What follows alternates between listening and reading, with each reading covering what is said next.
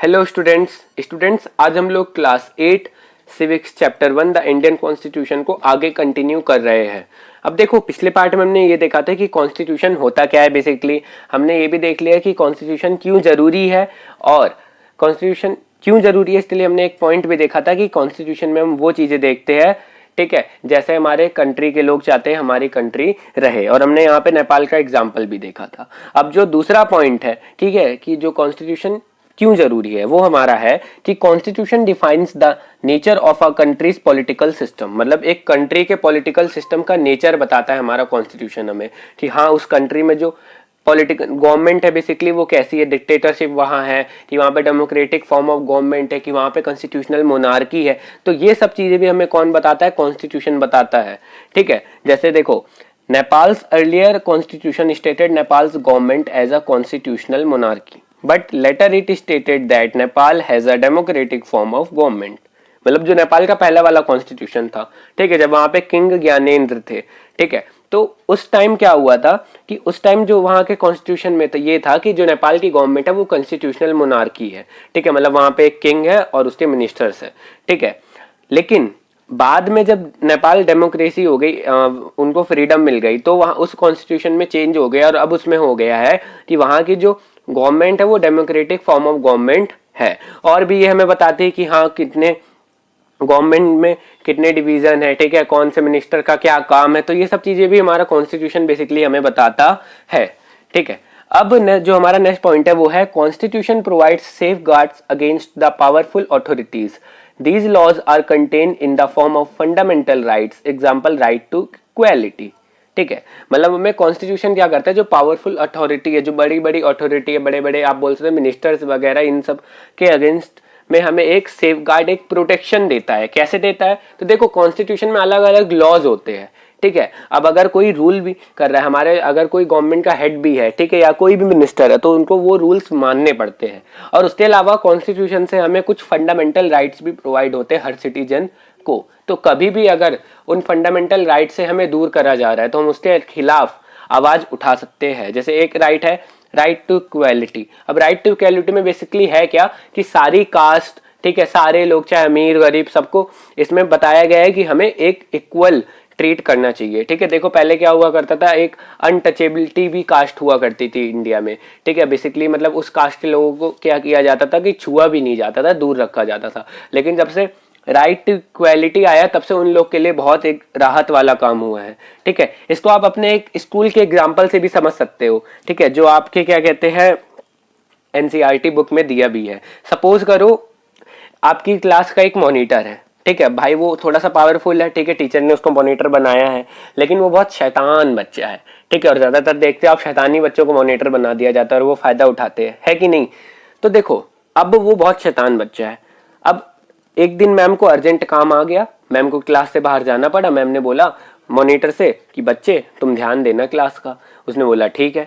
लेकिन जैसे ही मैम बाहर गई तो वो मॉनिटर का नाम मान लो राम है सपोज करो। अब राम गया श्याम के पास, श्याम शांति से बैठा था, लेकिन वो शाम को डराने लग गया, अरे श्याम मैं मैम से बोल दूंगा कि तुम बहुत शैतानी कर रहे हो। अब श्याम ने बोला भाई मैं तो कुछ कर ही नहीं रहा हूं, तुम बोलोगे कैसे। तो उसने बोला मैं बोल दूंगा भाई, तुम करो चाहे मत करो, ठीक है, तुम कल मुझे चिढ़ा रहे थे ना, मैं बोल दूंगा। अब जैसे ही मैम आई तो राम ने बोल दिया।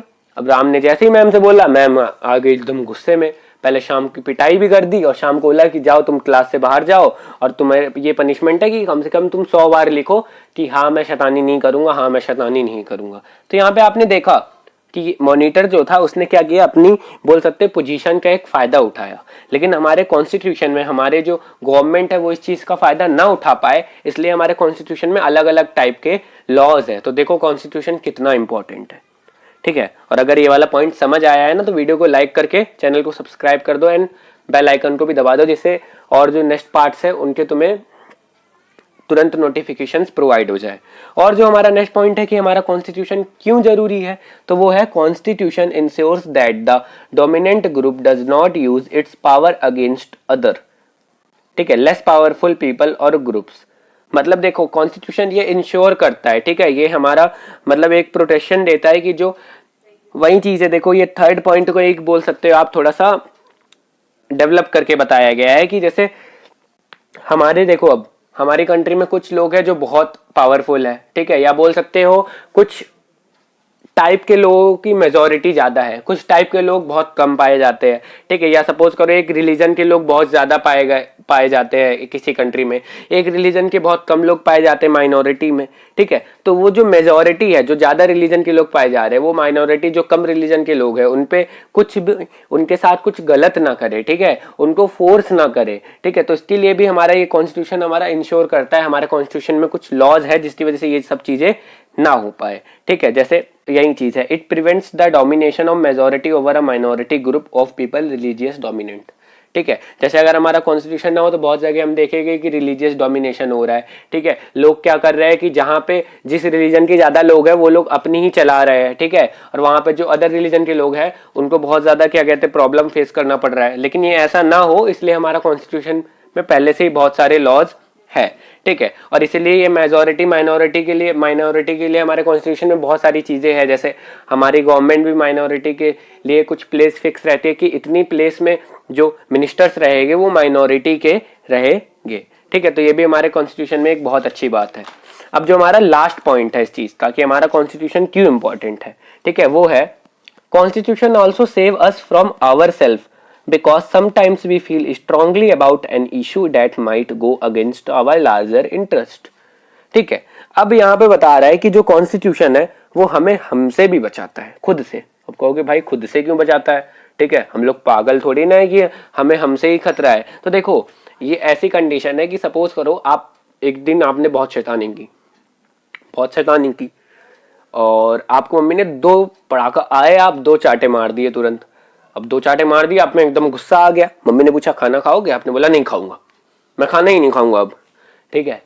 लेकिन जब एक घंटे बाद गुस्सा ठंडा हुआ तो क्या लगने लग गई, भूख लगने लग गई, ठीक है। अब पछता रहे हो बैठ के, यार हमने काश ऐसा ना बोला होता, हिम्मत भी नहीं हो रही कि हम मम्मी से खाना मांगे, ठीक है, पहले इतना गुस्सा दिखा के आए थे। तो यहाँ पे हुआ क्या, बेसिकली यहाँ पे आपके ही एक डिसीजन से क्या हुआ, आपको ही नुकसान हुआ, ठीक है। उस समय तो आपने एक ऐसी कंडीशन थी कि आपने ये डिसीजन ले लिया, लेकिन बाद में आप ही को नुकसान हुआ। तो इसलिए हमारे कॉन्स्टिट्यूशन में कुछ चीजें ऐसे भी है, जैसे देखो अब कभी कभी क्या होता है, हमें कोई चीज पे लगता है कि यार ऐसा होना चाहिए, ठीक है, एकदम गुस्से में हम रहते हैं, उस समय हमारा सेंस काम नहीं करता, ठीक है, लेकिन हम तुरंत चीजों को चेंज ना कर सके। कॉन्स्टिट्यूशन में कुछ चीजें फिक्स है कि ऐसी ही रहेगी, ठीक है, और ये बहुत अच्छी बात है, ठीक है। नहीं अगर ऐसा होता ना तो हमें हम एकदम गुस्सा आता है, कभी ऐसी चीजें होती तो हम बोलते इसको चेंज करो, चेंज कर दिया हमने तो बाद में हम ही पछताते, ठीक है। जैसे यहाँ पे एक एग्जांपल भी दिया है, many people sometimes feels that dictatorship is better than party politics government.